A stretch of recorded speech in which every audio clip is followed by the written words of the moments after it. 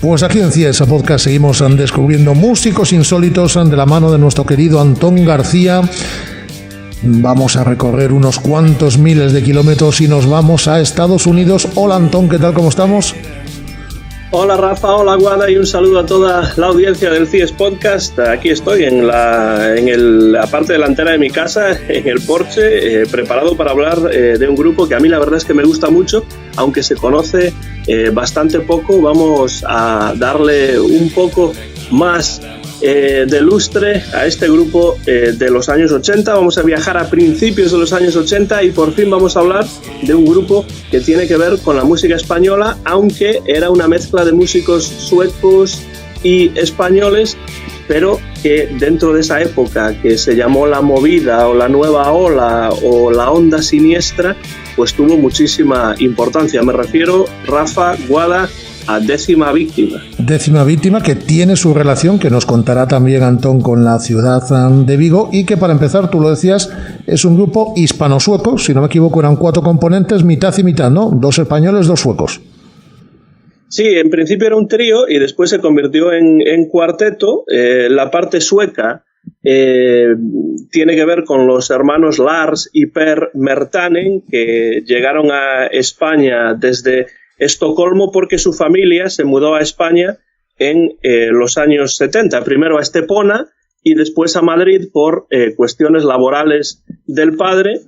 Y la parte española tiene que ver bastante con una banda de esa época que se llamaba Ejecutivos Agresivos, es decir, una banda que tuvo mucha importancia a finales de los 70, principios de los 80, y algunos de los miembros de esa banda pasarían a formar parte de Décima Víctima. Pero primero teníamos a un grupo que no se llamaba Décima Víctima, sino que se llamaba Cláusula Tenebrosa. Y este es un grupo de los hermanos Mertanen, Per y Lars, que solamente dio un concierto en vivo a finales del año 1980 y después, con la entrada de Carlos Entrena, que estaba con los Ejecutivos Agresivos originalmente, pues se convirtió en Décima Víctima, y esos son los orígenes de este grupo. Vamos a seguir desarrollando, Antón. Tenemos los orígenes. ¿Qué pasó después? Pues lo que pasó después es que el grupo comenzó muy pronto, en 1981, a actuar en directo, a grabar sus primeras maquetas y a tocar en locales importantes de Madrid, como por ejemplo el Rocola. Y hacían una música muy interesante, todavía como trío. Los hermanos Mertanen, Carlos Entrena, y hacían una música que era así muy atmosférica, envolvente, evocadora, letras profundas pero al mismo tiempo también directas, con un tono así de sencillez muy bien conseguido, que escapaba un poco de lo pretencioso, de lo sentencioso, y el público empezó a tomarse lo que hacían en serio. Escuchaba la música, escuchaba las letras escritas por Carlos Entrena, y queda claro desde el principio que Décima Víctima tenía algo especial, y la concepción artística, la puesta en escena, todo esto llegó a afectar incluso a la forma en la que querían producir, a la que querían comercializar sus discos. Y entonces, en colaboración con el grupo Esclarecidos, nace el sello independiente Grabaciones Accidentales S.A., que se suele referir a ese sello como GASA, y de esa manera fueron capaces de producir y publicar sus propios discos. Entonces estaban un paso por delante, ya no solamente en la música, que era diferente, que tenía, por supuesto, influencias de grupos británicos como Joy Division, como The Cure, como Echo and the Bunnymen. También estaban un poco por delante en la puesta en escena, porque era diferente de todos los grupos de esos momentos, y estaban un paso por delante porque decidieron crear su propio sello discográfico. Es un grupo, de todas formas, de trayectoria muy cortita, si no me equivoco, porque ellos tuvieron 3-4 años, ¿no? A principios de los 80 y luego se separaron. Sí, de hecho, grabaron poco. Lo que grabaron es muy interesante, pero su discografía se produjo, se grabó, pues como vosotros decís, en 3-4 años, pues desde el año 1981 más o menos hasta el año 1984. El primer disco que sacaron fue un single de 3 canciones, precisamente en este sello propio, que incluía la canción que hemos escuchado para comenzar esta sección de Músicos Insólitos, que es La razón de la discordia. Y en ese disco pues tienen, por ejemplo, otra canción como Sumido en la depresión, que es un acercamiento así muy directo, muy intimista a la idea de depresión, porque pues tocaban temas de los que normalmente no se solía hablar en las canciones de esta época. Es curioso comentar que en este primer disco, en este primer single, Per Mertanen, que tocaba el bajo, pues no aparece porque no le vio en estos momentos futuro al grupo y decidió regresar a Suecia. Pero cambiaría de opinión porque este primer disco tuvo bastante buena acogida por la crítica y por el público, y entonces en mayo de 1982 grabaron un segundo single producido, y esto es muy importante, en colaboración con Paco Trinidad, que era un productor en la época que tuvo mucha importancia en el sonido de Décima Víctima, que ya había producido también el primer disco y produce el segundo single también. Y este segundo single es Perdona, de Antón, capital importancia. Para quien no lo sepa, estamos hablando en la figura de Paco Trinidad de uno de los grandes productores de principios de los 80. Sí, por supuesto. No solamente por su trabajo con Décima Víctima, pero desde luego el sonido de Décima Víctima tiene también que ver con las ideas musicales no solamente de los hermanos Mertanen, no solamente de Carlos Entrena, sino también de Paco Trinidad, que era casi un poco como el quinto miembro de este grupo. Y en este segundo disco, y esto es muy importante, tenemos la canción Tan Lejos, que es con la que terminaremos la sección, con una letra magnífica de Carlos Entrena, en la cual habla pues de la aceptación melancólica, serena, de un amor que se ha apagado. Y otra cosa que encontramos en este disco es algo muy típico de la banda, que es unas letras a veces un tanto incluso impresionistas, en las que el paisaje refleja un poco el sentimiento de la voz que canta. Otro disco que tuvo éxito, este segundo, por lo menos por la crítica, también por los aficionados que ya empezaban a ser cada vez más de esta banda, y entonces tocaba ya grabar su primer LP. Pero antes de eso, Guada, Rafa, tenemos ese viaje a la ciudad olívica, porque pasaron por Vigo. Sí, estuvieron en el Satchmo, que si no me equivoco ahora es el Bagalume, y que fue un local, ¿no?, de referencia dentro del mundo del jazz, pero ya también un local de referencia en la época de la movida, que los músicos de la movida visitaban y tocaban allí también en diferentes ocasiones.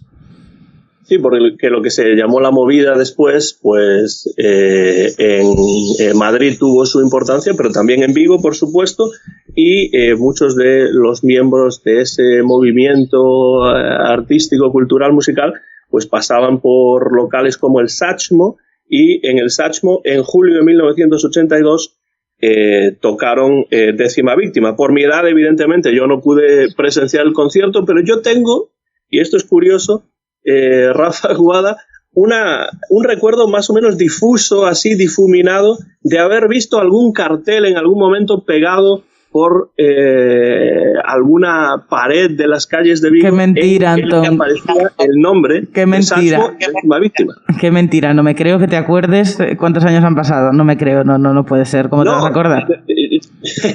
No estoy mintiendo en esto. Quizá es que el cartel se quedó ahí durante tiempo y después en un futuro yo lo vi, pero yo tengo un recuerdo de haber visto un cartel que ponía Décima Víctima. No sé si es de estos conciertos, no sé si tiene que ver con alguna otra cosa, pero en algún sitio había un cartel en Vigo que yo vi en algún momento y tengo ese recuerdo obviamente no del año 1982, porque en aquellos momentos pues no tenía yo edad como para recordar nada. Pero es importante decir que Décima Víctima, pues además de tocar en Madrid y en otras partes de España, pues también se paseó por Vigo brevemente en julio del año 1982. Una época en la que recordamos esos locales históricos en los tiempos de la movida, algunos se prolongó por algún tiempo más, el Manco, el Ruralés, el Kremlin, aunque el Kremlin estaba obviamente a las afueras de Vigo, por la zona de Canido, y el Sachmo fue un local de referencia durante muchísimo tiempo, y ahí tocó Décima Víctima, que fue su única presencia en Vigo, ¿no? No está registrado ningún concierto más en la ciudad, además de ese del año 82, ¿no? Que yo sepa, ese es el único que dieron, que creo que además fueron 4 noches seguidas, con lo cual pues tocaron realmente, dieron más de un concierto, pero solamente durante esos momentos del mes de julio, en el verano del año 1982, el verano del Mundial de España. Y después, en septiembre de 1982, graban el primer LP, que continúa ahondando en esa misma concepción musical oscura, sombría, introspectiva, que es la razón de que haya críticos que hablen de este grupo y de otros de la época como la onda siniestra, ¿no?, de la música española. Y en este primer LP encontramos canciones magníficas como Inseguridad, Almas Perdidas, Detrás de la Mirada. Y ya veis que pues esos son los temas que tocan las composiciones de este grupo, que además, como ya había ocurrido en los singles, y esto es muy interesante, la verdad, este LP tiene un cuidadísimo diseño gráfico de la portada que corrió a cargo de Lars Mertanen, que era amante de la fotografía, de la pintura, y él es el que crea ese universo gráfico tan típico de Décima Víctima, que está además muy influido por el cine clásico, de la misma manera que el nombre del grupo, Décima Víctima, tiene que ver con una película clásica italiana que pues se llama precisamente así, ¿no? Entonces, el mundo del cine es importante, y también en el nombre del grupo vemos que la película de Elio Petri, La Décima Víctima italiana, pues de ahí sacan la idea para el nombre del grupo. Y empiezan también Rafa y Guada, no sé si a lo mejor Rafa se acuerda de esto o no, pero empiezan también a participar en programas de televisión. Yo recuerdo, creo que te lo dije en una conversación que tuvimos hace unos días, recuerdo a Décima Víctima, pero lo recuerdo también difusamente dentro de esa época de la movida en la que yo tampoco consumía en exceso esa música, así que sí que tengo un recuerdo, pero sí de gente de la que has venido hablando. No solo la tengo, sino de producciones como la de Paco Trinidad, que acompañó un montón de grupos. Hasta no sé yo si Paco Trinidad llegó a producir algún disco, ahora no sé si me falla la memoria, algún disco de Siniestro Total, pero como digo, es muy difuso. Pero sí que sé y soy consciente del grupo Kerry. Cuando me lo dijiste sabía de quién estabas hablando. Yo no, por si había alguna duda, yo no. Quedaban ¿cuántos? 9 años, 10 años, 7, 8 años para que tú nacieses cuando ellos tocaban. Sí. No era ni un proyecto, Guada. Ya. Pero... Bueno, no es un problema porque se pueden encontrar sus grabaciones, lo diremos en unos minutos, pero en 1983 aparecen en programas de televisión importantes como Caja de Ritmos, como Musical Express, y ya en esas Musical Express, que lo presentaba y dirigía Carlos Tena. Exacto, Carlos Tena. Y en estas presentaciones se mostraron como una banda con ideas muy claras, con una presencia muy distintiva sobre el escenario, e incluso decidiendo qué tipo de iluminación querían utilizar. La esposa de Per Mertanen, Aurea Cuní, se encargaba en muchas ocasiones de la iluminación. Es decir, que incluso controlaban y pensaban y planeaban este tipo de cosas. Y también ese año, 1983, es cuando se publica el maxi single Un lugar en el pasado, con 3 canciones más una inédita, que se llama Panorama Esperanzador. Y de nuevo tenemos otra entrega interesante que la crítica apreció, pero la discografía de Décima Víctima, desgraciadamente, Rafa Aguada tenía ya sus días contados. Hay que decir que en estos momentos el grupo ya lo componían 4 músicos, Lars y Per Mertanen, Carlos Entrena y en el año 1982 había entrado el batería José Brena, porque originalmente utilizaban cajas de ritmos, pero pensaron que era necesaria la incorporación de una batería. Y de hecho, el sonido del grupo con la batería mejoró enormemente y pues la mayor parte de sus discos más importantes están grabados como cuarteto con José Brena a la batería y mucha más potencia en el sonido todavía difuso, todavía oscuro, todavía melancólico, pero con mucha más potencia gracias a la entrada de la batería y, por supuesto, a la relación entre batería y ese bajo de Per Mertanen. ¿Cómo se produce la disolución de Décima Víctima? Pues es curioso, porque Décima Víctima estaba en su mejor momento y no tiene nada que ver la separación con ningún tipo de discordia entre el grupo. Continuaron componiendo canciones, grabando maquetas, estaban preparando incluso un segundo disco, pero Carlos Entrena había conseguido un trabajo fuera de Madrid, la familia de Lars y de Per Mertanen se iba a mudar a Barcelona otra vez por cuestiones laborales, y entonces dan un concierto final en diciembre de 1983 en el Rocola madrileño, que por desgracia creo que no llegó a grabarse, y como digo, la separación no fue motivada por la discordia, sino porque los componentes no vivían de la música y llegó un momento en el que las circunstancias determinaron el final del proyecto, pero no sin antes grabar un canto del cisne musical, ¿no?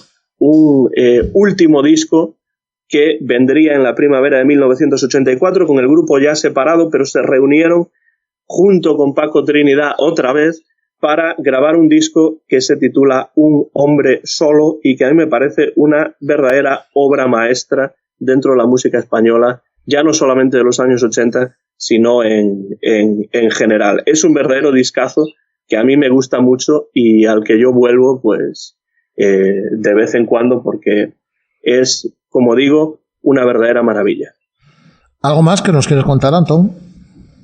Pues poco más, simplemente un par de cosas. Decir que Per se quedó en España, donde todavía vive con su esposa Áurea y habla español absolutamente perfectamente. Es decir, lo escuchas hablar, no tienes ni idea de que es sueco porque habla español perfectamente. Llegó a colaborar con Carlos Entrena fugazmente después de la separación del grupo. Carlos también continuó en España, ocasionalmente ligado a la música, aunque hoy jubilado. Lars, en cambio, regresó a Suecia y allí se mantiene muy activo en el medio musical, incluso dentro del jazz, porque el jazz es un estilo que le interesa mucho. Y desgraciadamente José Brena, el batería, falleció muy joven en el año 1999 y esto ya prácticamente imposibilita el regreso de Décima Víctima. Y para oyentes como por ejemplo Guada, que quizá puedan estar interesados en la música de Décima Víctima, pero que no recuerdan al grupo, que no lo conocían demasiado, pues en vinilo se puede encontrar la caja Décima Víctima Box Set, publicada en vinilo, ya digo, por Munster Records. No es fácil de encontrar y contiene las grabaciones casi completas de la banda. Hay un vinilo también que se llama En el garaje, con las maquetas para ese último disco, Un hombre solo. Y después, lo que sí quiero recomendar es un libro absolutamente imprescindible, escrito por Pablo Martínez Vaquero, que se llama Negroscuro, Onda Siniestra y Afterpunk en España, publicado en el 2019 por la editorial Milenio. Y es un maravilloso libro que tiene un capítulo entero dedicado a Décima Víctima, pero que también tiene capítulos sobre otras bandas de la época y de esta onda siniestra, como Pegamoides, Parálisis Permanente, Gabinete Caligari, Derribos Arias y muchos otros.